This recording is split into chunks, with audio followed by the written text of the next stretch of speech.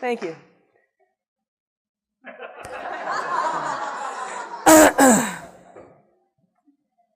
So Niecy Claiborne and I always play husband and wife every day after we get off the bus in kindergarten. I'm a construction worker, and all she gets to do is wait for me and cooks and cleans while I'm gone. The game is so boring. I'd much rather be playing Legos or Star Wars with my brother. But there are two things that make the game totally worth it. Number one, the part where I leave for work and she kisses me goodbye. And number two, the part when I return home and she kisses me hello. But the game always ends too soon and she has to go back to her house. One day, we're in her room sitting on her pink canopy bed. I'm hoping that maybe I'll be lucky enough to get another kiss. Then she asks me, "You want me to show you what my parents do?" I say, okay, and then she gets on top of me. I lay back, and she moves up and down, pushing into me. I do everything I can to remain totally still. I'm not sure how I should feel or what I should show, so I decide to play neutral, as though she's simply showing me her grandfather's stamp collection.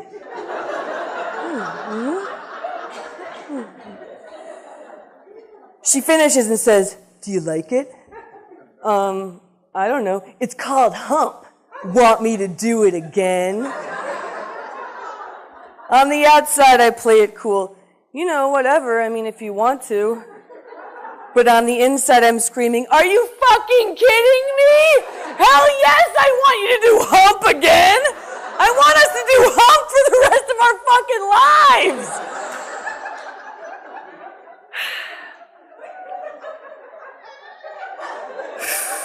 After kindergarten, Niecy moves away. Since she left, I haven't found any place where somebody like me belongs. There is one mild kissing session with another girl, Alice, but it's just a first grade fling. I mean, she's more interested in my brother anyway.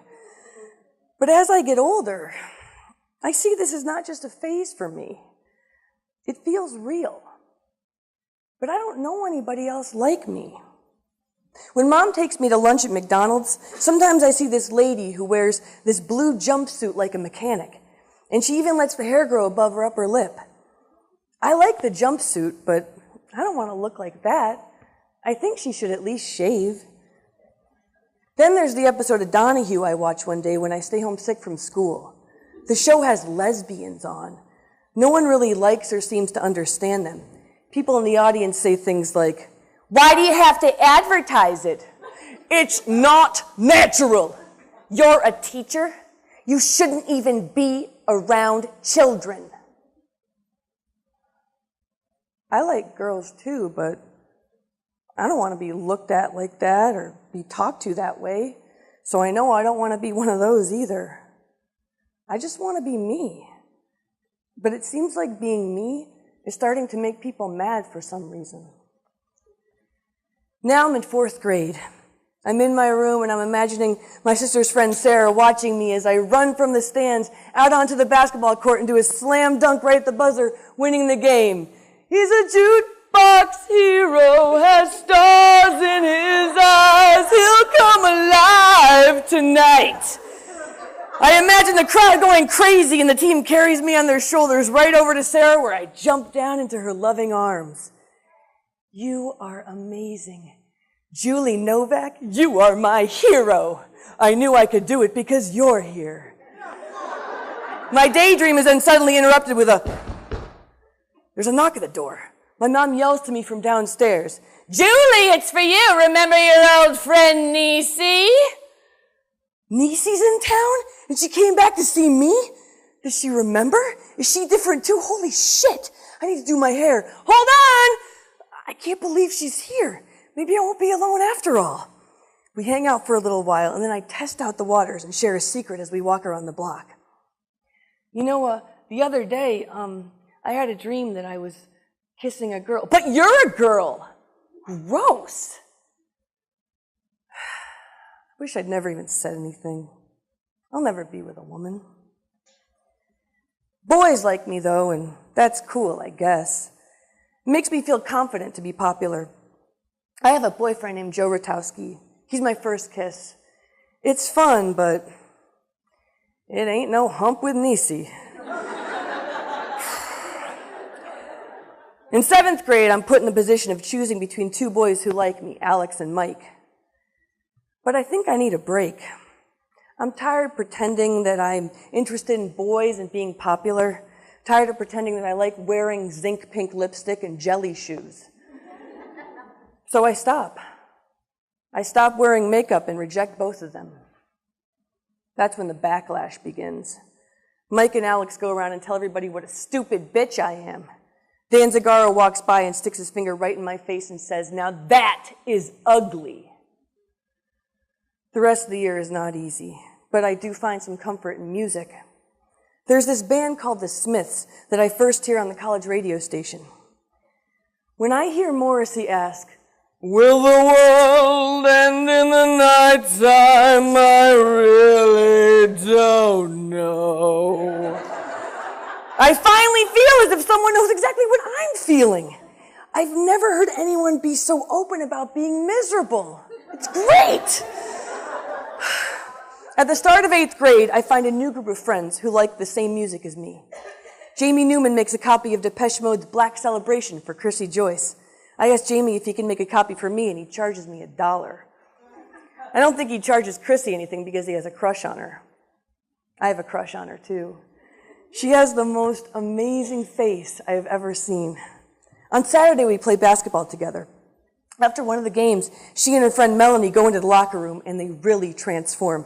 They put on completely cutting-edge outfits. Chrissy wears all yellow, yellow pants and an oversized yellow shirt with a telephone cord wrapped around her waist to produce a cinching effect. I think, who are these girls? They make their entrance back into the gym holding hands. They're brave. They're different. They're like me. I want to join them, but I soon realize their motivation as I glance across the gym. They want to get the attention of Jeff Rogers, the cute skateboarder who wears the checkerboard Vans sneakers. They brush past me without a glance, and it makes my heart sink a little bit. I'll never be with a woman. It's the end of the year, and a big school trip to Williamsburg, Virginia is coming up. My best friend Katie and I are going to room together. I can't wait. But I have my eye on Marissa Stout, and if I play my cards right, I can get to know her. She is absolutely beautiful, super smart, and she gets it. I know she does. She wears mostly black and has an asymmetrical haircut. I know she likes the same music as I do because she wears the band t-shirts. I purchased the latest issue of Cream magazine that has the Smiths on the cover and make sure to bring it to class so she can see it. "Where did you get that?" She snatches it out of my hands to read it. I can see her think to herself, "Julie is really cool. I can't believe I never realized it before." Katie and I meet up at school and sit next to each other on the bus, but all I am doing is trying to figure out a way to get back there to Marissa. I get up to use the bathroom with a Sex Pistols tape in my hand. As I walk by the seats, I ask her, "Have you heard this yet?" She says no and pops it into her Walkman. "Too many problems, so I'm here. And in the minute, 'cause it's all too clear." I ask her to let me know what she thinks. We stop at a rest area, and I break away from Katie to check in on Marissa and her friends. They're sneaking off to have a cigarette. I make some jokes and talk more about music. We get back on the bus, and Marissa asks me to come sit with her. By the time we get to Virginia, I am in. "You have to room with us," she insists. I can't believe it. It's working. I leave Katie behind. This is just the way it's going to be. For the rest of the trip, Marissa and I are inseparable. We share one of the double beds and stay up talking about everything. Our families, school, music. She listens intently. She holds my hand. She tells me how funny I am, and sometimes we just look for a long time into each other's eyes. It's like a dream that's finally coming true. I want to live on an island with just girls. On the bus back home from historic Williamsburg, I sit next to Marissa Stout. I have fallen in love with her on this trip. My heart feels like it is overflowing, and I finally understand what made Romeo run down the hill from Juliet's house when he's so excited. The world feels new. It feels bigger. I've never been happier, felt more content than I do sitting next to her. And then the statement floats out of her mouth. You know, I'm really looking forward to getting home and seeing David. We started going together about a week ago. He would think you were so funny.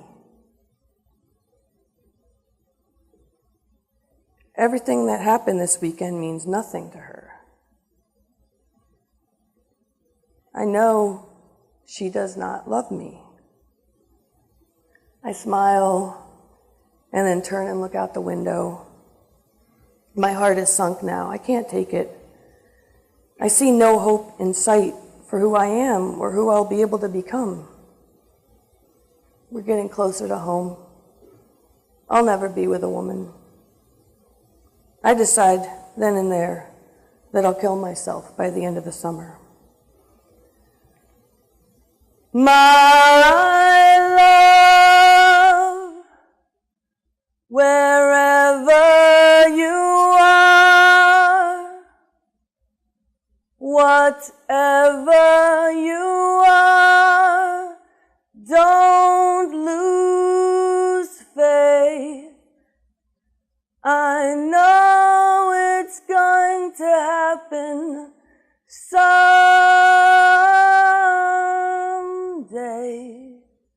to you. Please wait. Don't lose faith.